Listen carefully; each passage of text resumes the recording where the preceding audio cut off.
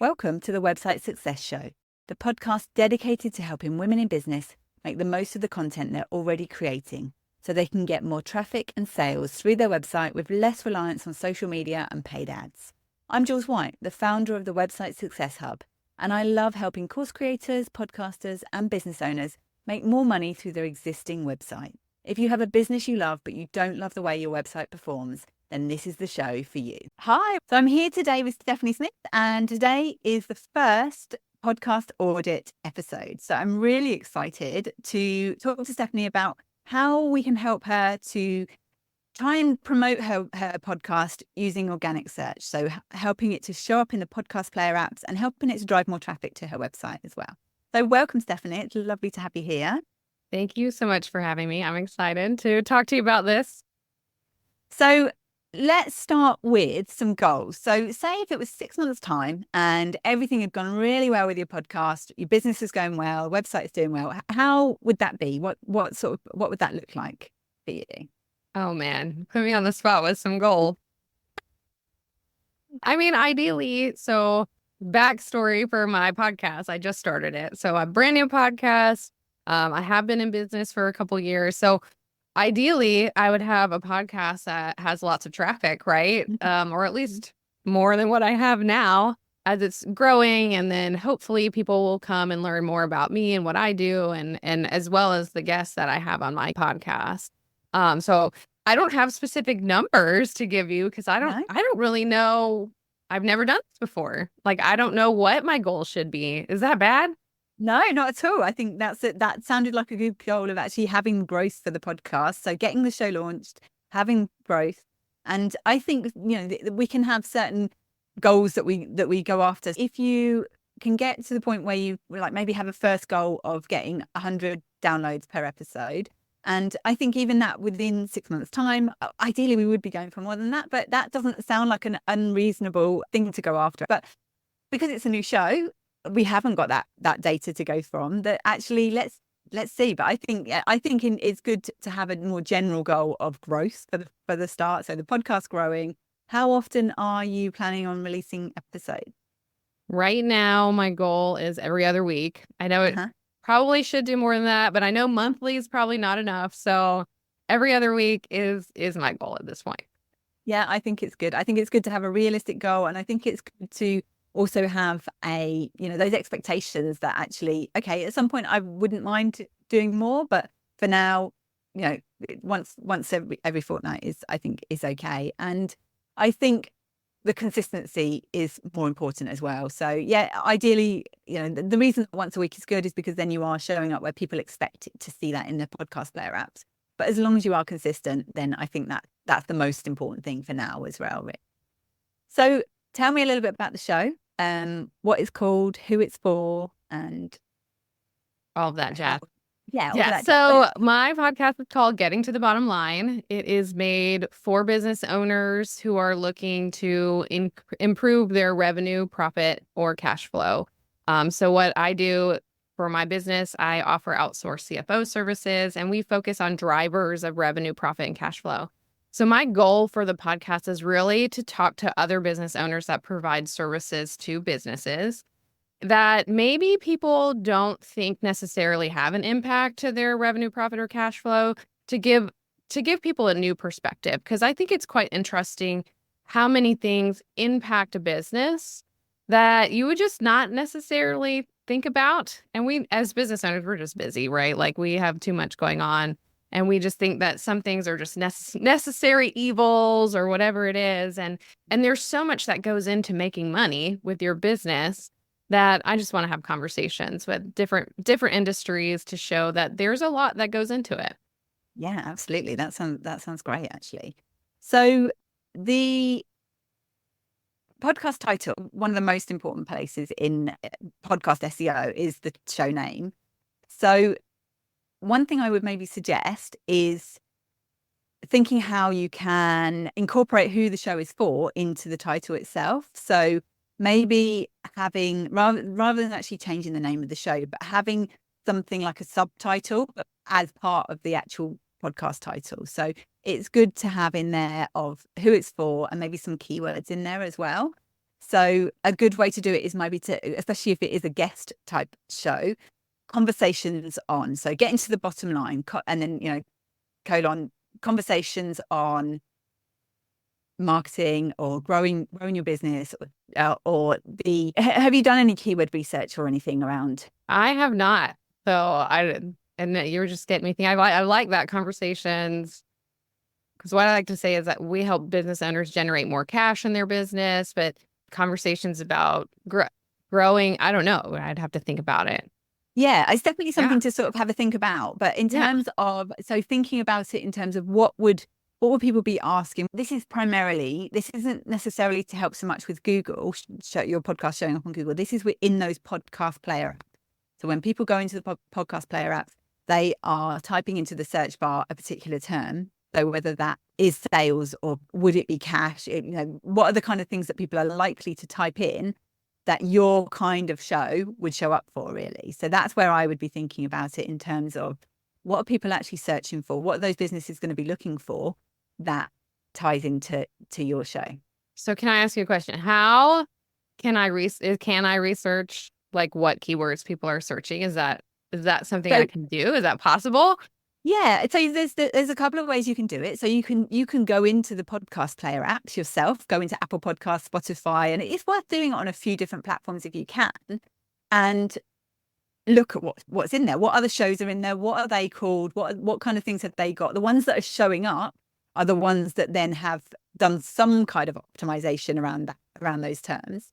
So that would be the first place I would think about it. Actually, before I even got to that point, I would sit down and think about the main. Have you done any sort of plan on what you're going to be talking about and your content pillars and those kind of things for the podcast? That's a good thing to do. Just no, and it doesn't have everything is going to feel like, oh my goodness, so much to do.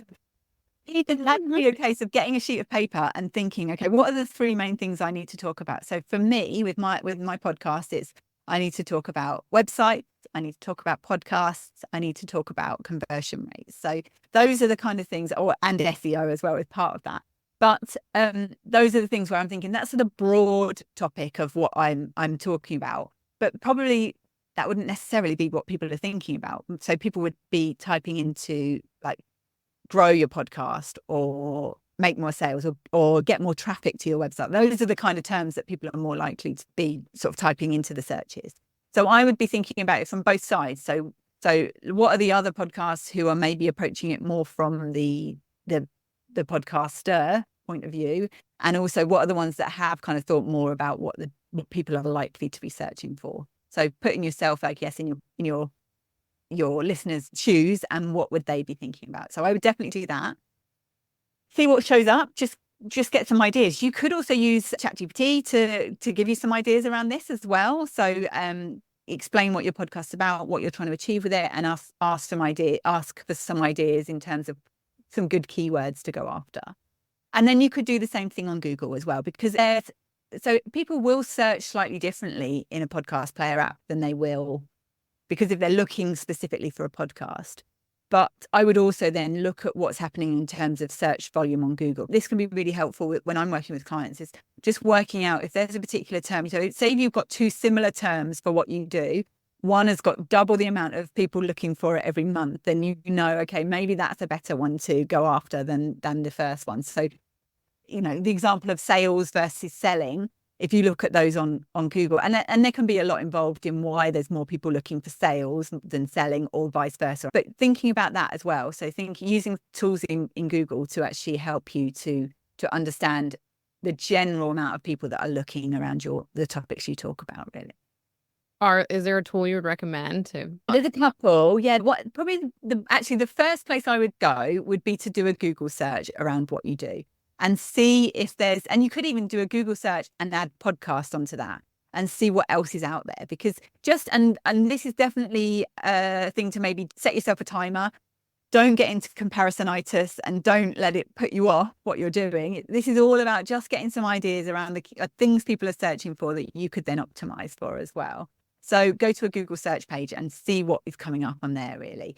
And then you can use Google's Keyword Planner, which is not the most user-friendly. It's free, but there are a few other tools. There's one called KW Finder, which I quite like that one. You get, I think, 3 searches a day on there. And it also gives you the difficulty of a keyword as well, which is quite a good one to sort of understand. And that would then bring that back to having your podcast on your website. So if you've kind of worked out for your show name, these are the terms, these are the keywords I need to have in that show name. That will then help you when you bring your podcast back to your website and you create your podcast website. That's going to help that to then show up on Google as well. So yeah, so I would try and do that. So that's probably one of the most important things with the podcast is having that extra thing of, so getting to the bottom line and then conversations on, and then trying to have a couple of keywords in there is really helpful. And your show would still be called Getting to the Bottom Line. You wouldn't then introduce it as Getting to the Bottom Line, blah, blah, blah, blah, blah. So that all that does is in the podcast player. So in your hosting platform, where you've got your title of Getting to the Bottom Line, you would literally have the semicolon, the colon, and add the extension after that, really. And that's the only time, other than your show art, that's the only time realistically you would ever use that. So it's not something that you would use when you're talking about your podcast. That makes sense. Yeah. Man, a lot to think about. The other thing with this is it's not set in stone. So you could do something, you could get a basic thing in place, and then you might decide, actually, no, that's not quite working. Or you see something better and you think, actually, that would work better. And you can try it. You can change it. And your podcast hosting platform will allow you to change that anyway. So don't get too hung up on, it's got to be the perfect name. It's just getting something in there that's going to help people to find you. So when they type that term into their podcast player app, you're the one that shows up in the result, basically. So, well, me just getting started, it makes sense to do whatever I can to help boost visibility, right? So yeah, absolutely. And even for shows that have been live for a long time, they may not want to change the name of the show entirely, but actually just adding on that little subtitle onto the show name can make a big difference, really. So definitely that would be first tip is the show title. And then the show description is the other thing as well. That's the next place to think about. Have you crafted a description already for your show? So in your podcast hosting platform, I do have a description, and I did ask ChatGPT to help me write it. So yeah. Oh, yes, I do have one. So I would be thinking about how I can get my keywords in there as well. So have that list of keywords. These are the things you're talking about, and make sure that is in the general podcast description. And then with each episode, make sure that have a kind of focus of what that episode is going to be about, and have the keywords in there as well. So that then your overall show will show up for those keywords that you've got in your overall description, and then the episodes themselves can also then show up for the keywords in there as well. I'm thinking I can ask ChatGPT to rewrite my description, including these keywords, right? It would do that for me. Yeah, absolutely. Yeah, definitely. And I think it's it's something that you can tweak and change over time and see what performs better than others. I would definitely think about the people who are your audience. So talk to some of your existing clients, talk to the people that you think are going to be listening, and the people that you would like to listen, and ask them what would they type into a podcast player app. So that's the thing. If they were looking for a podcast, what would you be typing in if you were looking for a podcast like mine? So, and obviously that's not always easy when people haven't already listened, but I think certainly in terms of, just getting some ideas and having that in your description as well, really. And then underneath that, when you're doing your searches in Google, and you can see lots of questions in there, so that if you type a keyword into Google, you might see people also ask section. Those are the kind of questions that you can add in underneath your podcast description, having those questions in there of saying, if you're asking these sort of questions, or people who ask these questions might enjoy this podcast, and then have a list of some of those questions there. And you have to have the answers there as well. But actually, that will then help you in terms of showing up on Google around those keywords in those questions as well, really. So that can be really helpful and really a valuable way to just add those keywords in, really, because it's all about keywords. With the organic discoverability, it's all around keywords, really. That's interesting. I never thought about that, but I definitely see those questions all the time when I'm searching on Google. So yeah. And they're really valuable, actually, because that is literally what Google associates with that particular search term as well. And so there's also the related searches as well. So the things that maybe aren't the same kind of questions as people are asking, but they're things that Google know is, if you like this topic, you might like this topic as well. So it's definitely, it's worth paying attention to that, really. And I think that's where people can get started with SEO without it being this massive, overwhelming thing.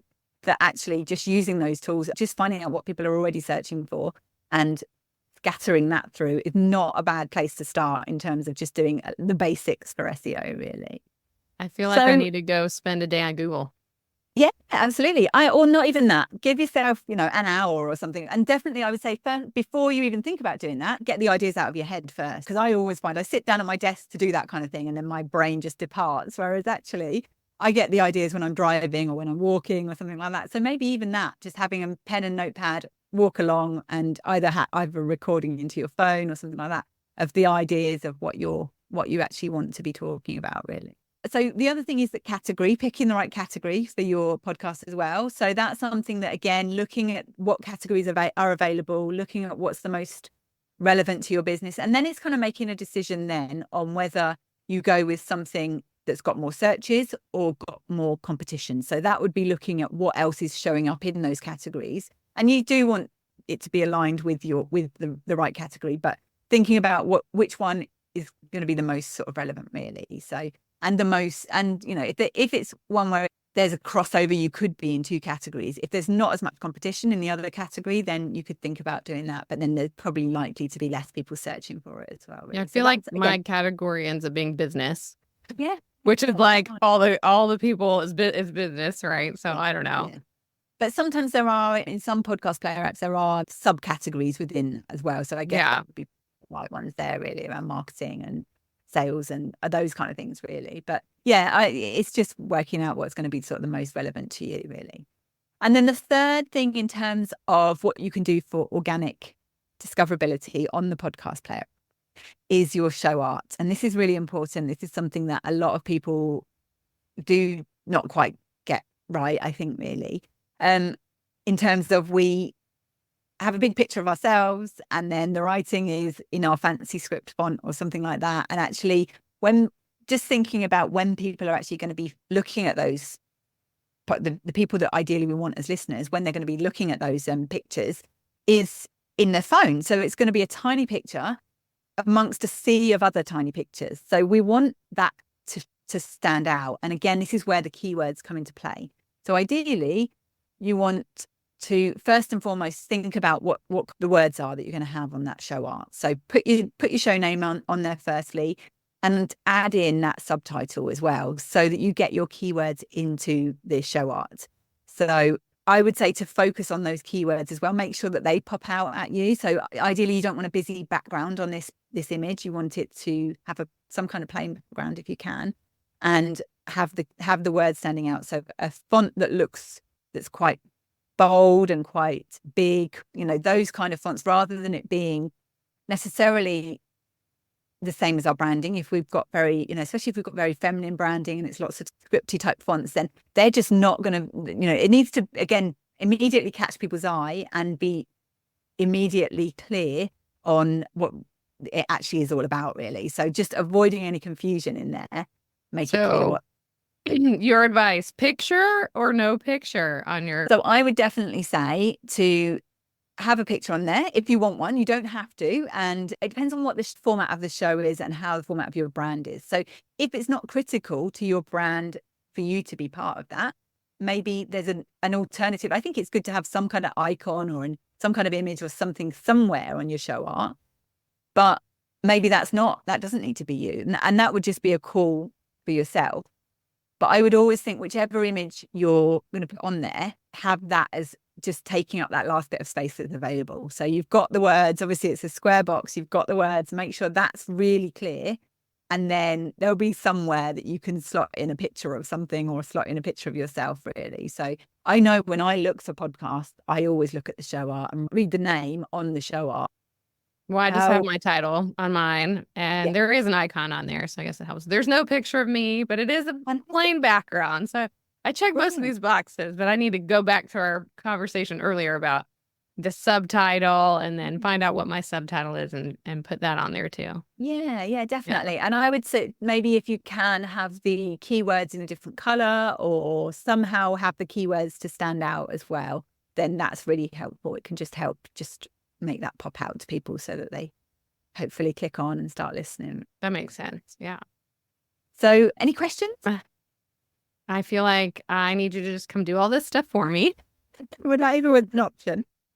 definitely, especially around the keyword research. That's something that I do for my clients. So if that is feeling like that would be a rabbit hole to go down, then there's always that option there. The other thing I always say, which I didn't mention, was the fact that we do want to be bringing it back to our own domain. I think that's one of the most important things, is when a lot of podcasters just use the built-in website that comes with their podcast player apps and don't necessarily think about how they can then get that traffic back to their own website. And it's really valuable, the content that you're creating in your podcast, if you can have the transcript there. And again, transcript and show notes, another place where you can make sure those keywords are in there. But if you can actually then bring that back to individual pages on your website for each podcast episode. And this is great. If you're just starting out, this is fantastic, because you're not thinking, oh my God, I've got all that content that I've created that I've got to then go back and recategorize or go back through. If you can do that and try and make it as simple as possible when you're doing that. So use AI as much as possible, use the automatic transcripts and things that are available to us, these tools. And then each show that you're doing, create an individual page on your website for that show. And that's one of the biggest things in terms of then increasing your website SEO. That's one of the best things you can do, really. So I think if I was thinking about how to get started on terms of the content I create for my podcast, I would be thinking about what are those content buckets and creating some shows around those first and foremost, and getting those onto your website. So even if you're thinking, actually, I don't feel like I can do it for every single episode, what are the most important ones, and having those on there first, really. That makes sense. That's a lot of pages. I can't think about it. Just making a page for each episode seems like a lot, but that makes sense that you would have a place for it on your website. I've been doing better about making sure everything is on my site itself, so I direct people to my webpage as opposed to other places on the internet.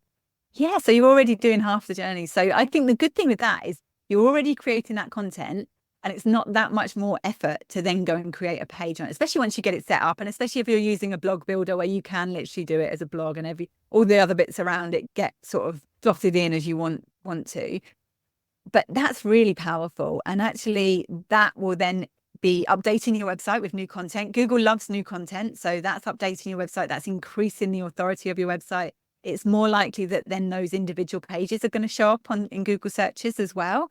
So it's a way to use what you're already creating and then just help that to grow your website's authority as well, really. And I think it's something that does feel like it's a big thing, but creating a podcast in itself is a lot of work. So if you can just take that extra step, and I would say doing that is probably, from a long-term point of view, it's probably more important than if you're spending 10 hours creating stuff for social media around your podcast. Actually taking a little bit of that time and spending that on creating those pages for your own website is probably, in the long run, it's going to pay off a lot better, really. It makes complete sense. Just finding the time and desire to do it all. Yeah, absolutely. And it's finding ways to then make that part of the process, really, I think, so that you can then at some point hand that off to somebody else to do that for you as well, really. Yeah, that's always a good key. Yeah, for other people. Yeah, absolutely. So hopefully that's been helpful, and it's given you a few things to think about, even if you did nothing else but went in and worked out what keywords people are searching for and updated your title and description. And it sounds like the art, you've not got too far to go from there, really. Even if you just did that and add a transcript into every show, then that's going to make a big difference, I think, in terms of discoverability. Well, thank you. This was such a good conversation. I've learned so much. Fantastic. My list has now grown. I know, I'm sorry. I need to do so, but things I didn't know I should have done. So I really appreciate it. Yeah. And the great thing is you're just doing it now when you're getting started. So you can start off on good footing and then hopefully hit the ground running and get your show really growing. And just make it part of my process. And then it isn't like a huge burden to go backwards or anything. So. Absolutely. And it shouldn't need to be a big thing, and especially now we've got AI to help us with this. There's no reason why it needs to be a big drama. And each time you do it, it gets easier and easier because it becomes that process, really. So, yeah. Yeah. Awesome. Well, thank you. I appreciate it. So I will put this link to the show, and when it's launched, I will pop that into the show notes for this show. People can come along. So just remind them of the name for now. Of my podcast is Getting to the Bottom Line. Yeah. right now you can only find me on YouTube. So that's kind of sad, but I need to find a platform to put myself on. And I know I need more episodes as I grow to get myself on Apple and everything. So I plan on being in all the places, but I'm not quite there yet. Oh, I think I'm definitely a fan for being in one place well first. So even if it's just YouTube, even if you focus on YouTube and just focus on that, I mean, YouTube's amazing for SEO as well. So you're not in a bad place just starting with that anyway. So I'll add the link to that. If people want to find your website and find out more about what you do, where can they find you? My website is newlightfs.com. So it's New Light Financial Solutions, but financial solutions is kind of long. So newlightfs.com, you'll find my website. I'm also on LinkedIn and Facebook and all the places. But fantastic. So thanks so much, Stephanie. It's been lovely talking to you. Thanks for having me. I appreciate it.